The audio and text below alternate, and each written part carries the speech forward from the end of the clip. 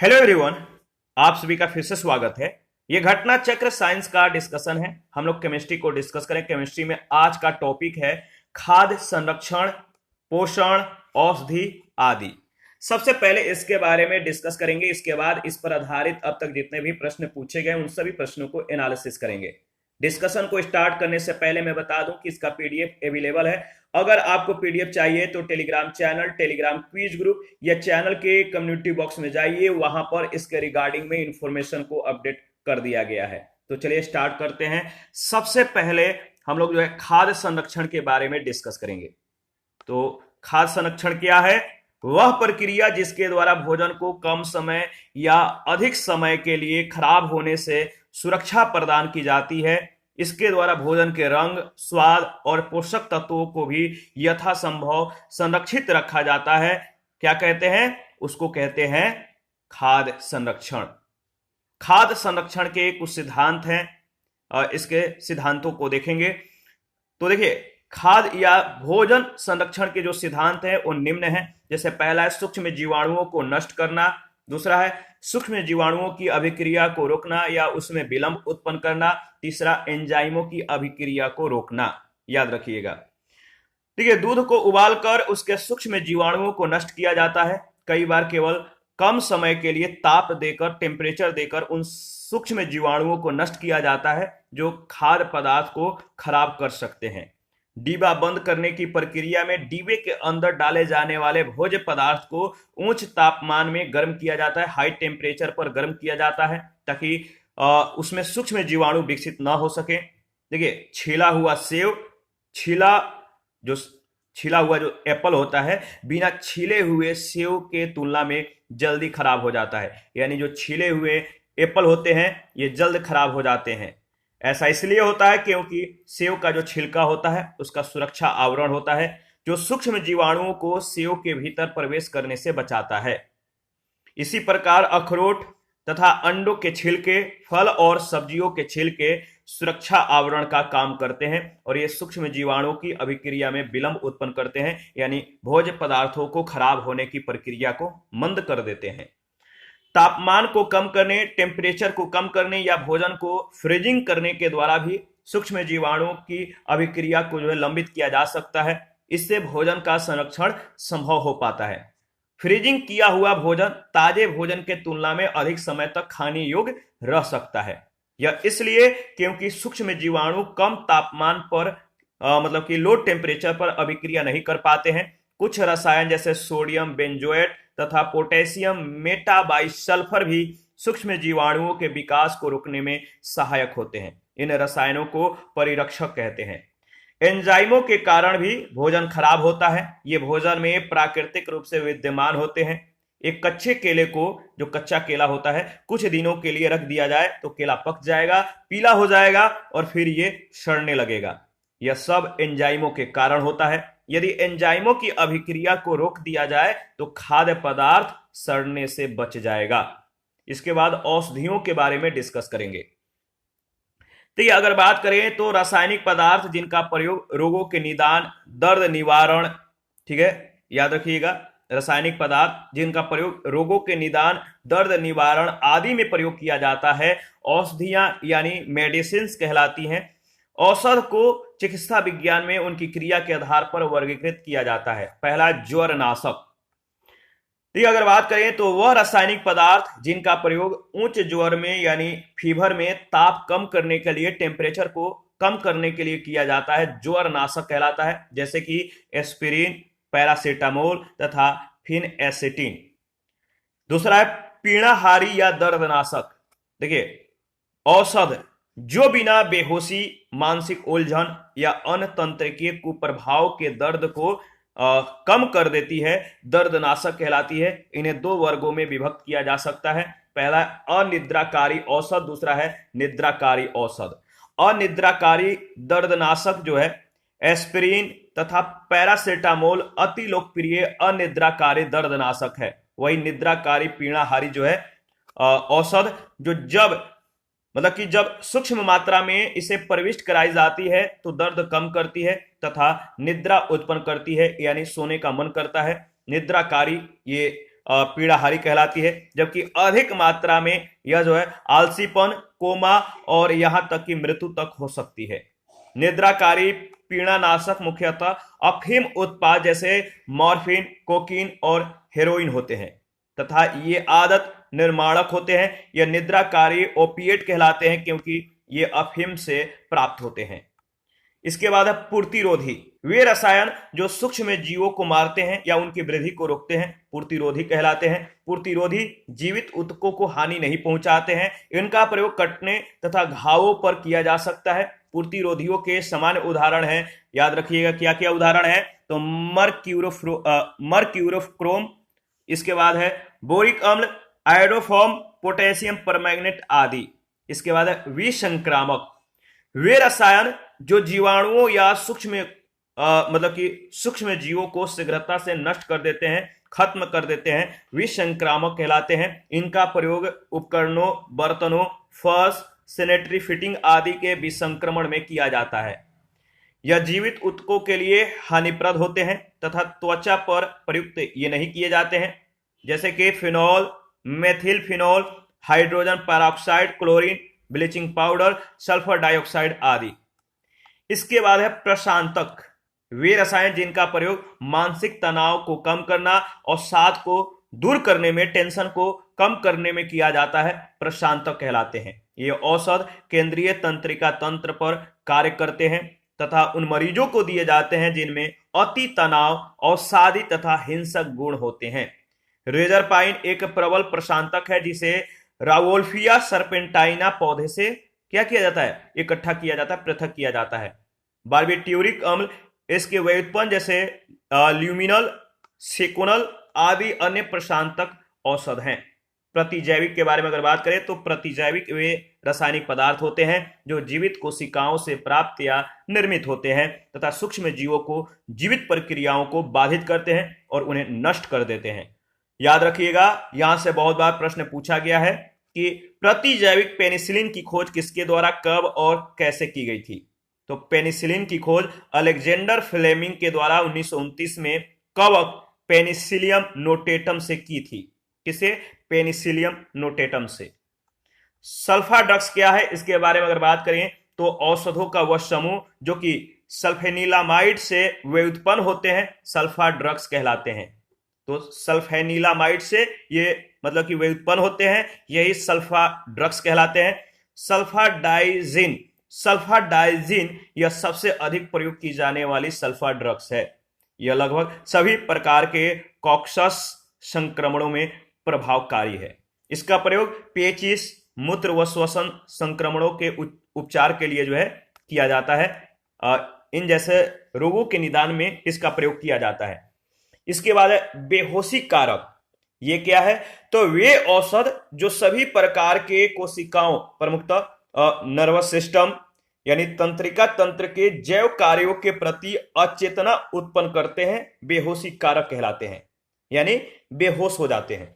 बेहोशी कारकों का प्रभाव उत्क्रमणीय होता है, यानी प्रभावित अंग बेहोशी कारक की सांद्रता के कम हो जाने पर शीघ्र ही सामान्य अवस्था में आ जाते हैं। यानी इस तौर पे आप समझ सकते हैं कि मान लीजिए कि आपके उंगली में घाव हुआ है और सिर्फ उसको ऑपरेशन करना है या उसमें उसको ट्रीटमेंट करना है। ट्रीटमेंट करने के लिए जो है आपकी उंगली को जो है सुन्न करना है, यानी उसको बेहोश करना है, तो सिर्फ उंगली को बेहोश किया जाएगा, उसको सुन्न कर दिया जाएगा और जैसे ही आपका ट्रीटमेंट समाप्त हो जाएगा, कुछ देर बाद ये फिर से उसी अवस्था में आ जाएगा जैसे कि बिना बेहोश के यानी बिना सुन्न किए हुए अवस्था में था।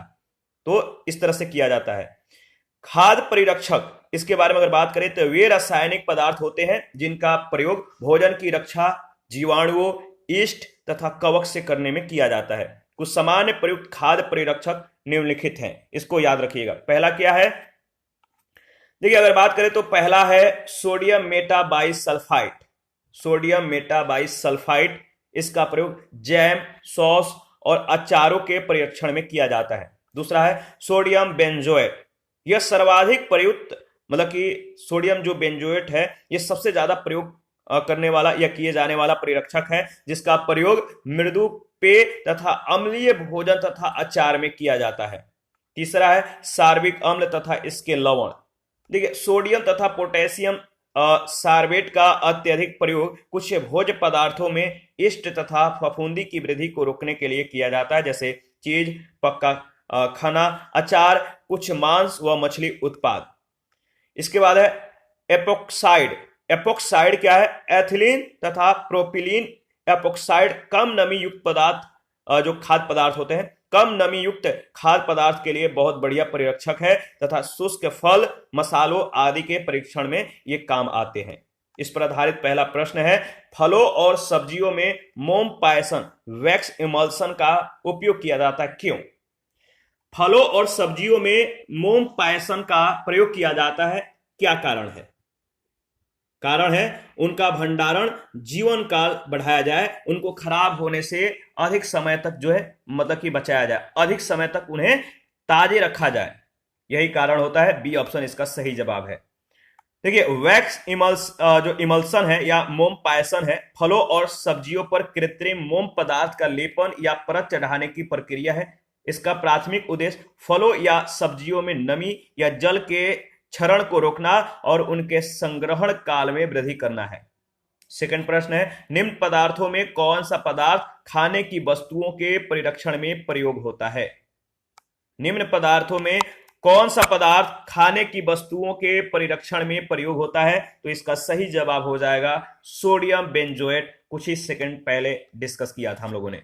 सोडियम बेंजोएट का रासायनिक सूत्र NaC7H5O2 होता है। इसका व्यापक रूप से खाद्य परिरक्षण में प्रयोग होता है। यह बेंजोइक अम्ल का सोडियम लवण होता है। थर्ड नंबर है, खाद्य पदार्थों के परिरक्षण के लिए निम्न में से किस रसायन को प्रयुक्त किया जाता है? तो आपको मालूम है इसका सही जवाब क्या होगा। सेम प्रश्न सेम जवाब, और यह प्रश्न बहुत बार पूछा गया है तो आपको याद भी रखना है। खाद्य पदार्थों के परिरक्षण के लिए जिस रसायन को प्रयुक्त किया जाता है, जिस रसायन का प्रयोग किया जाता है, उस रसायन का नाम है सोडियम बेंजोएट। फोर नंबर है, फलों के रस को सुरक्षित रखने के लिए या फलों को ताजे रखने के लिए निम्नलिखित में से किसका उपयोग किया जाता है? फलों को ज्यादा दिन रखने के लिए, खराब होने से बचाने के लिए किसका प्रयोग किया जाता है, आप बताइए। तो इसका सही जवाब हो जाएगा सोडियम बेंजोएट, याद रखिएगा। 5 नंबर भी सेम प्रश्न सेम जवाब। खाद्य पदार्थों के परिरक्षण के लिए प्रयोग में लाए जाने वाला जो रसायन है वो कौन सा है? बताइए, इसका सही जवाब क्या होगा? खाद्य पदार्थों के परिरक्षण के लिए प्रयोग में लाए जाने वाला जो रसायन है वो कौन सा है? तो सोडियम बेंजोएट है। ऑप्शन सी बिल्कुल सही जवाब। देखिए, नेक्स्ट है, खाद्य पदार्थों के परिरक्षण के लिए निम्नलिखित में से कौन सा प्रयुक्त होता है? इसका सही जवाब क्या होगा, बताइए। खाद्य पदार्थों के परिरक्षण के लिए निम्नलिखित में से कौन सा प्रयुक्त होता है? इसका सही जवाब हो जाएगा, बताइए। सही जवाब है बेंजोइक अम्ल, यानी सी ऑप्शन। बेंजोइक अम्ल एरोमेटिक कार्बोक्सिलिक अम्ल है। यह हल्के रंगहीन चमकदार क्रिस्टलीय चूर्ण के रूप में जो है मतलब कि प्राप्त होता है। इसका सूत्र C6H5COOH होता है। इसके लवणों का खाद्य परिरक्षक के रूप में प्रयोग जो है किया जाता है। इसके बाद है 7, आलू के चिप्स प्लास्टिक के थैलों में संकुलित किए जाते हैं। आलू के चिप्स प्लास्टिक के थैलों में संकुलित किए जाते हैं, किसके कारण? मतलब किस वातावरण में, किसके वातावरण में आलू के चिप्स को थैलों में क्या किए जाते हैं? पैकिंग किए जाते हैं।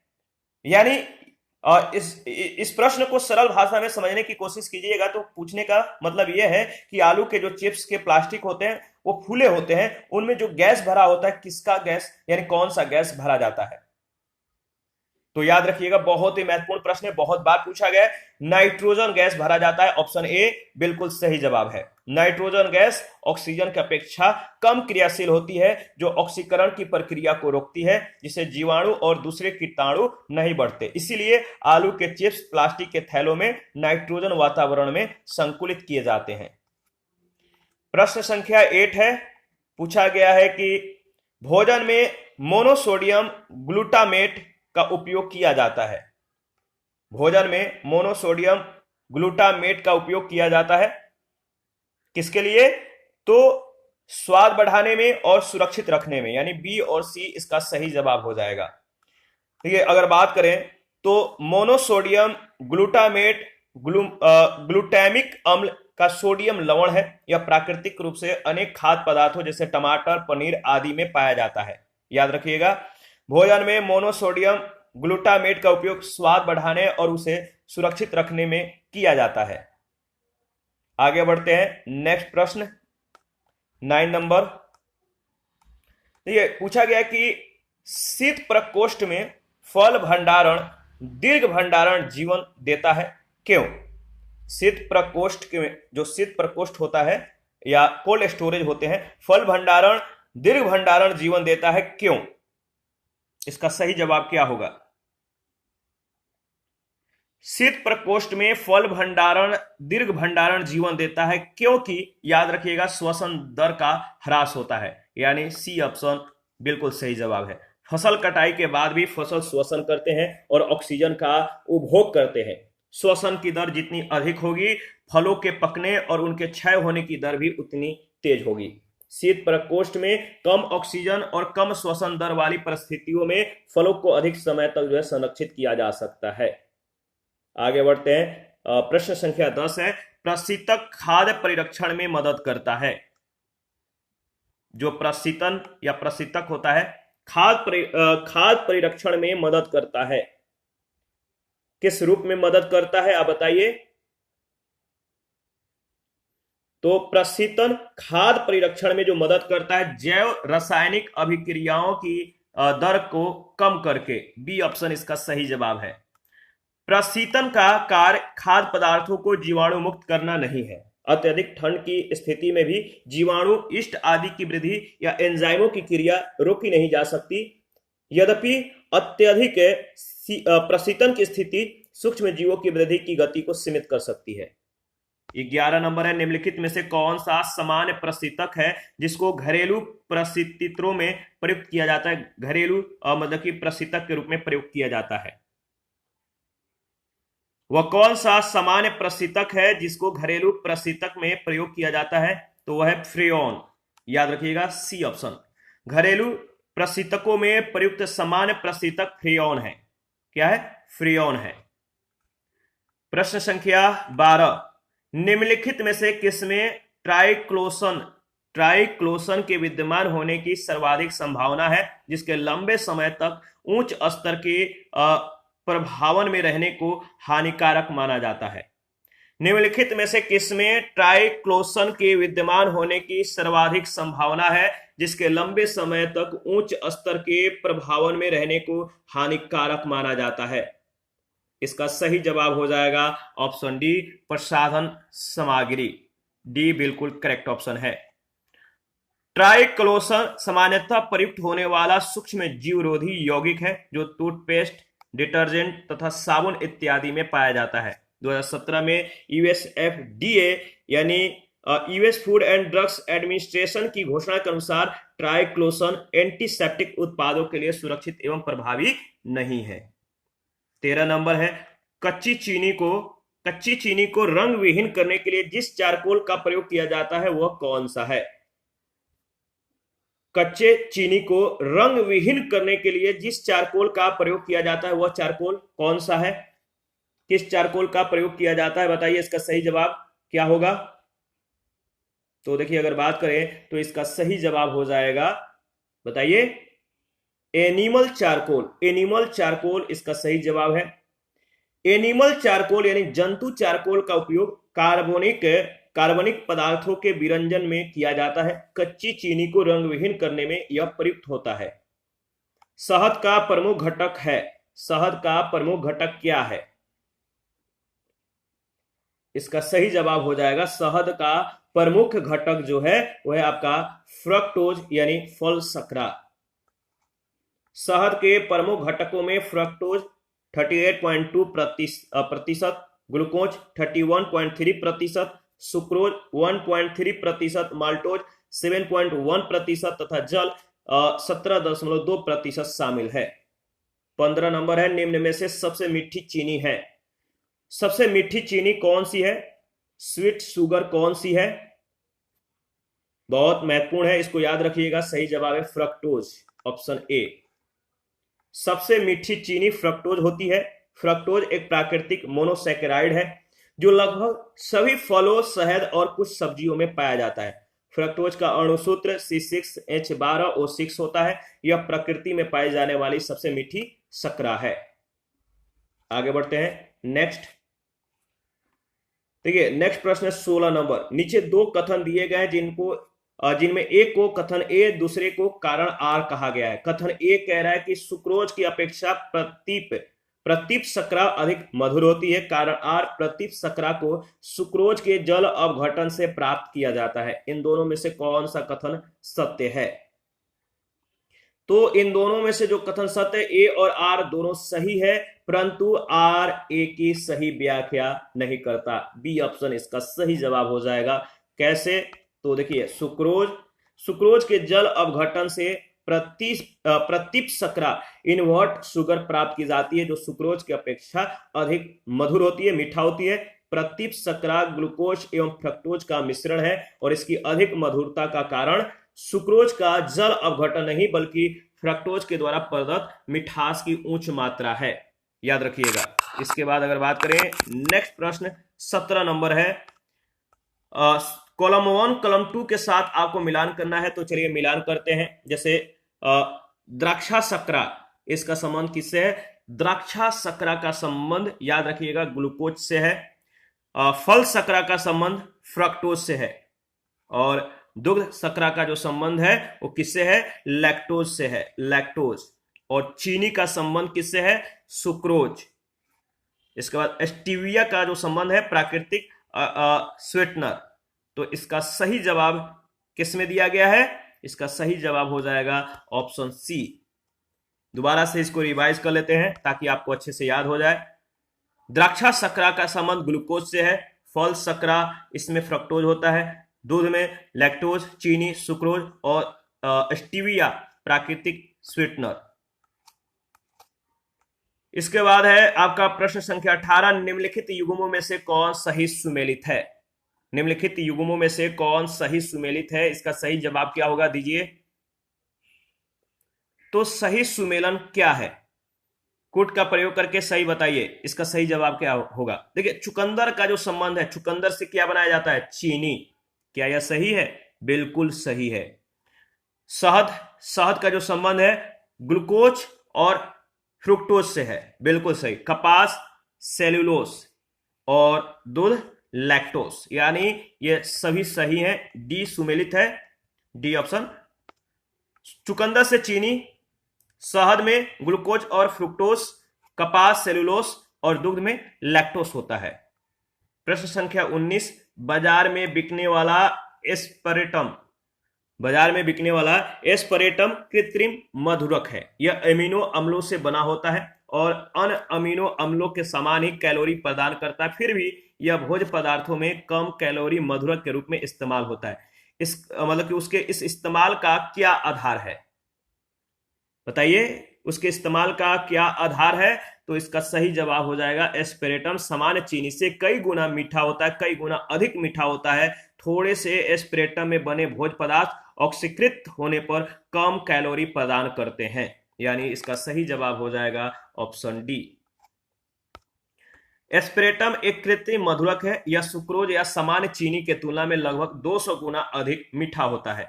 एस्पेरेटम के प्रति ग्राम मात्रा शरीर के द्वारा उपापचय क्रिया के पश्चात 4 किलो कैलोरी ऊर्जा उत्पन्न करती है, परंतु एस्पेरेटम बहुत कम मात्रा ही मीठा स्वाद उत्पन्न करने के लिए पर्याप्त है, इसीलिए उसका कैलोरी अंश नगण्य होता है, ना के बराबर होता है।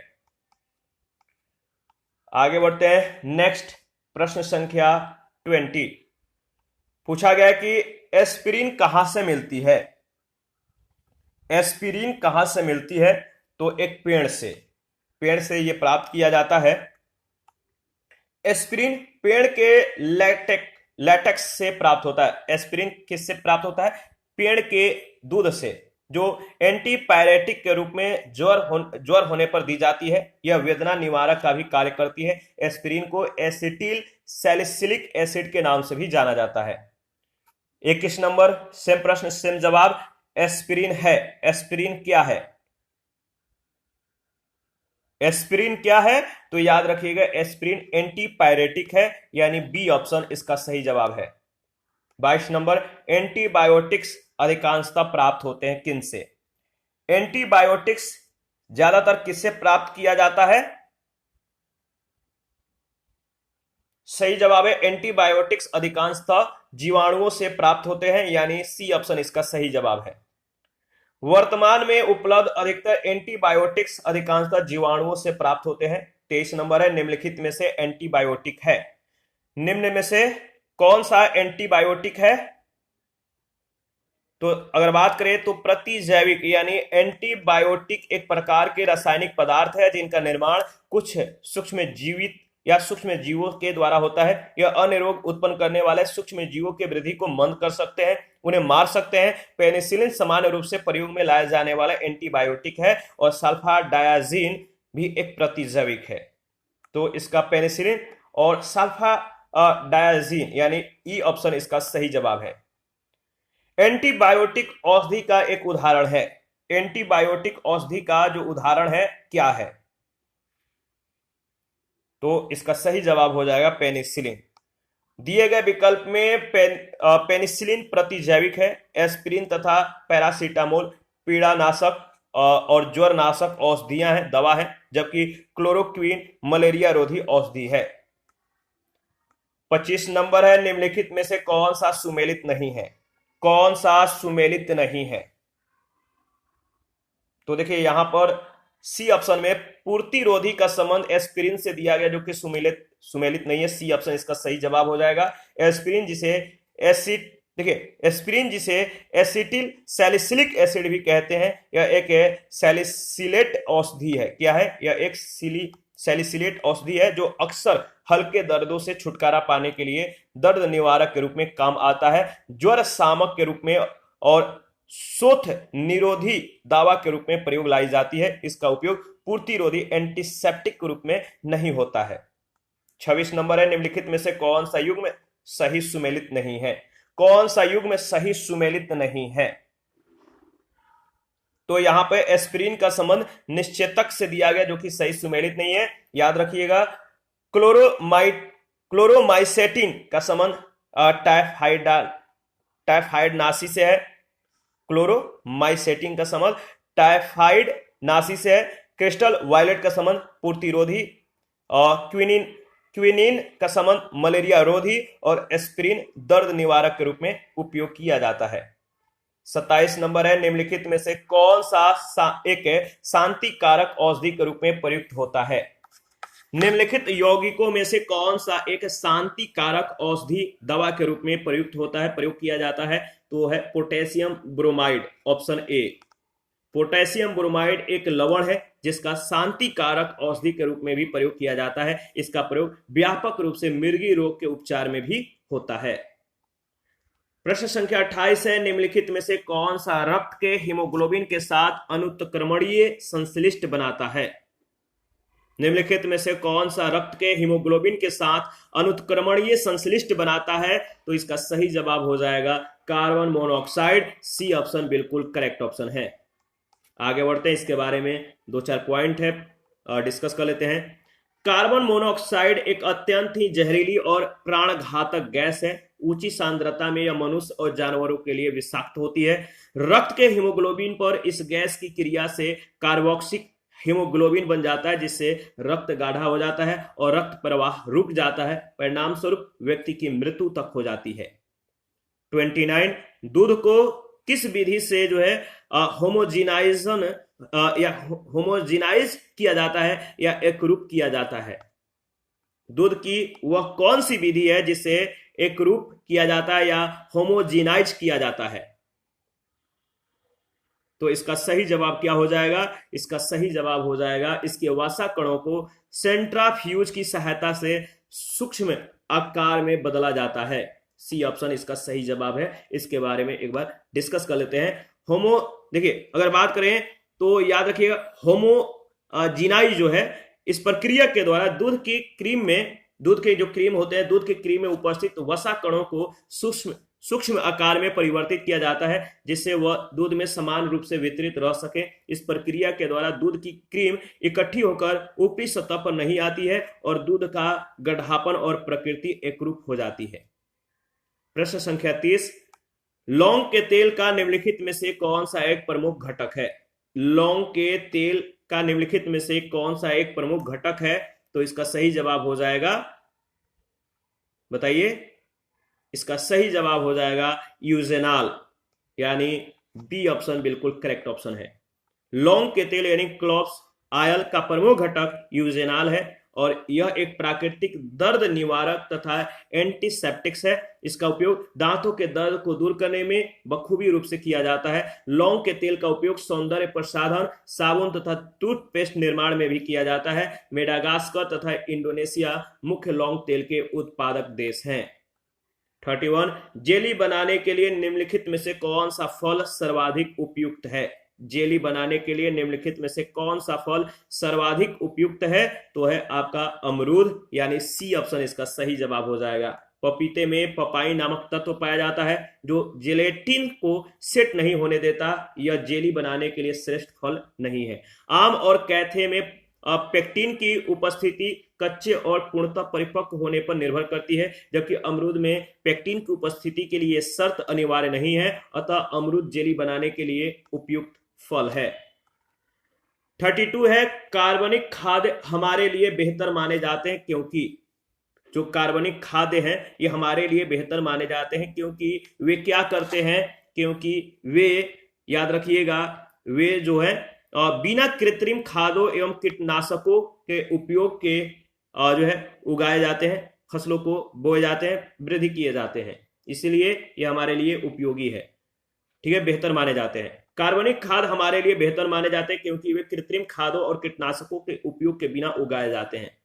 इसी के साथ आज का सेशन समाप्त करते हैं। नेक्स्ट सेशन में अपमार्जक के बारे में डिस्कस करेंगे। आप अपना प्रतिक्रिया देते रहिए, आपके प्रतिक्रियाओं का हमें बेसब्री से इंतजार रहता है। जिन लोगों ने Telegram channel, Telegram quiz group, Facebook page, Instagram को ज्वाइन नहीं किया है, वीडियो के डिस्क्रिप्शन बॉक्स में उसका लिंक है, आप ज्वाइन कर सकते हैं और आप अपना प्रतिक्रिया देते रहिए, हमें सपोर्ट करते रहिए। थैंक यू, मिलते हैं नेक्स्ट सेशन में।